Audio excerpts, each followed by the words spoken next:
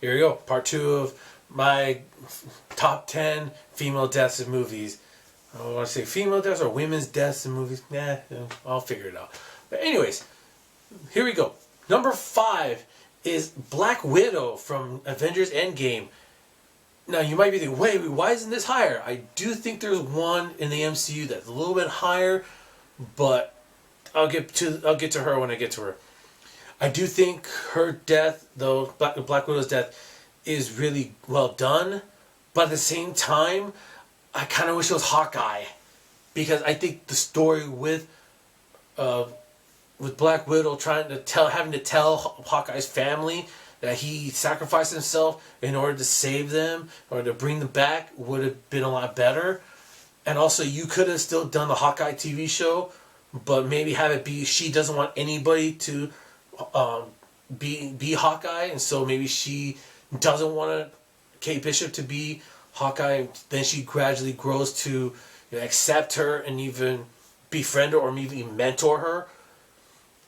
But I will say, though, that whole thing, like who's going to try and throw themselves over to try and sacrifice themselves for the Soul Stone, is really well done. Great tension. And then when she's just hanging on, it's like, let go, it's okay, it's okay. It's done well, but man, part of me still wishes it was Hawkeye instead, because I do think story-wise you could have done a little bit more with him dying and then having his family mourn his death. But that's neither here nor there. But unfortunately, her standalone movie came out after she died, but that's a whole other issue.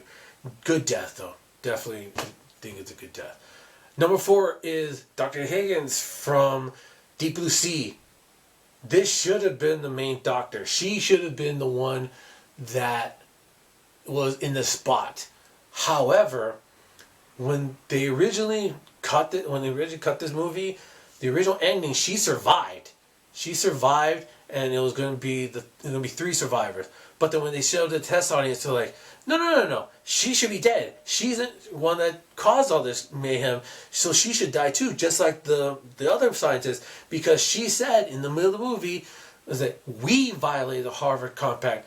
Her and the other doctor, the two of them violated the Harvard Compact. So because they didn't think, oh yeah, of course she should be dead, they kind of rushed her death. It doesn't look as good. But Higgins' death, though, definitely looks good. There's great suspense, though. You might say, oh, why didn't she just go to the ladder? I think it's better if she tries to reach up to him, only because the way that she's finished off. And I think this death is really overshadowed by Franklin's death, because one of the best deaths I've ever seen in a movie. But this one's really good, especially in this movie where she gets pulled under by the shark, and then you think, oh, that's it. And then she gets pushed up out of the water in the shark's mouth. Great animatronic, by the way. It's a great animatronic.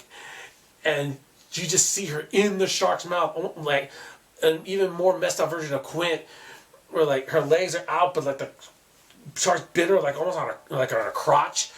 And she's screaming for help, and she looks like she's about to reach, and then probably just pulls her back under. It was great. It's a great death, man. One of the best in the whole movie.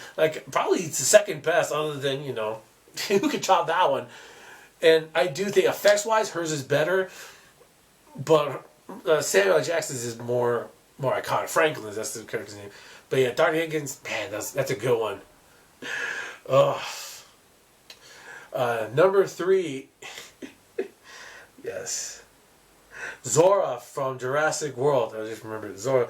So this was the one that was really talking about how, this is so sexist. I can't believe it. They killed her because she didn't want kids. No, dumbass. That's not why they killed her. Did you even watch this movie?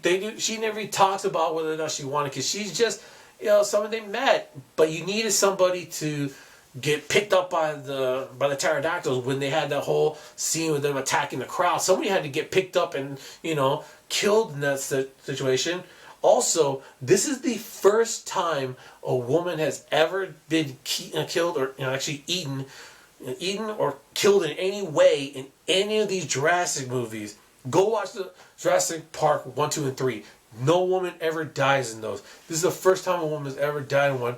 One woman dies in Fallen Kingdom, but she's such a background, it doesn't even matter. And spoiler alert for Dominion, no woman dies now in either. I'm not because the movie sucks, but yeah, you gotta make it memorable. I think that's the thing. They wanted to make it memorable, so use the character that they had introduced, but they didn't. But you can throw them away. It doesn't matter.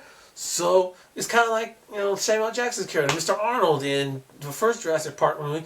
We read him, but we don't know too much about him. But like the way she gets tossed around by the pterodactyl is pretty cool. And then when you realize that it's actually the actress is on a wire and she's doing the stunts herself. I like a good stunt, and that's a good stunt. And then she's getting dropped in the water, and then she pull her up, and then they drop her back in the water. And it's successful, man. It's fun to watch. And then the realization that oh crap, that's the boom, and the mosasaur comes up. Yeah, that's right.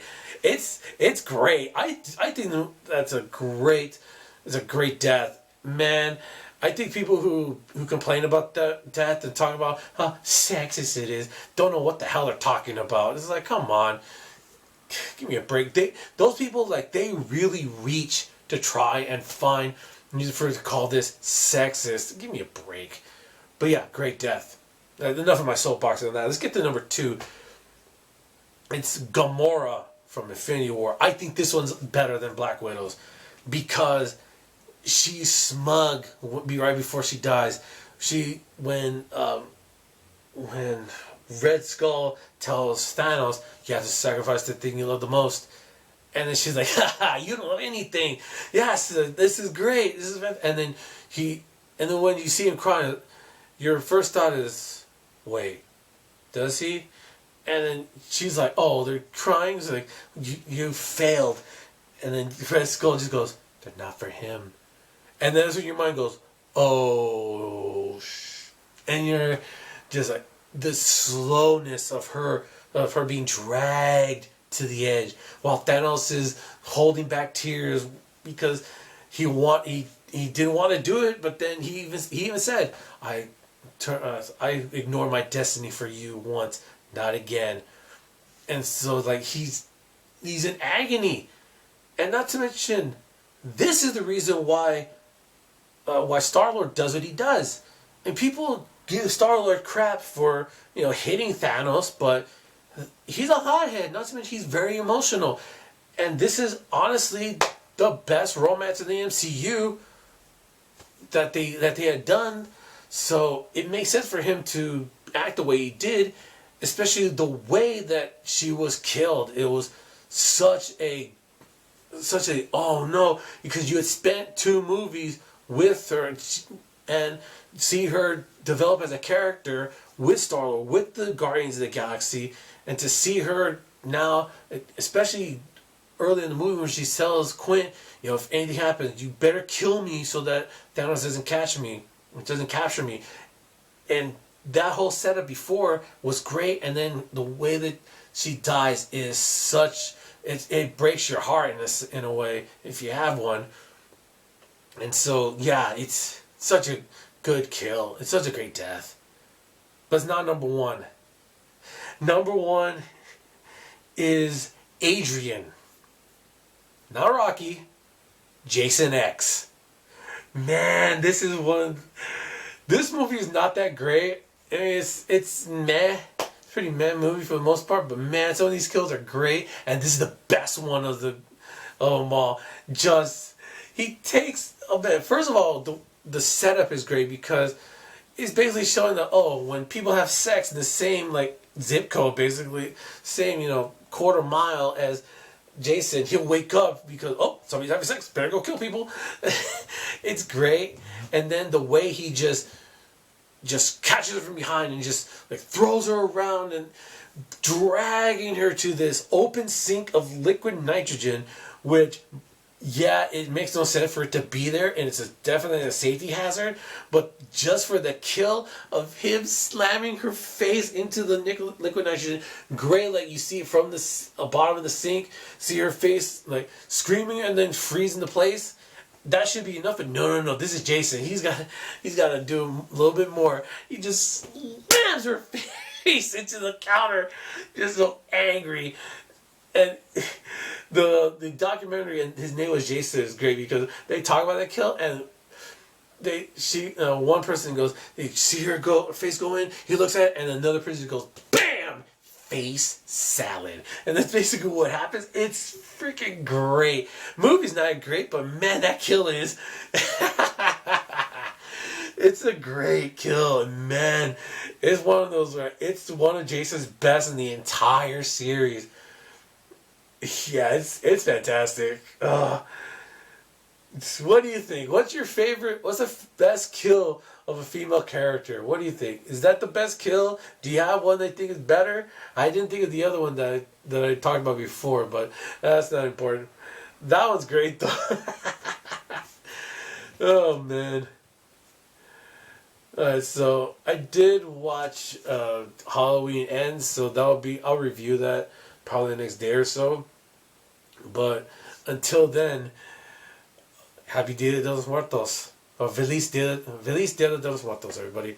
And I'll talk to you soon. Okay, later. Bye.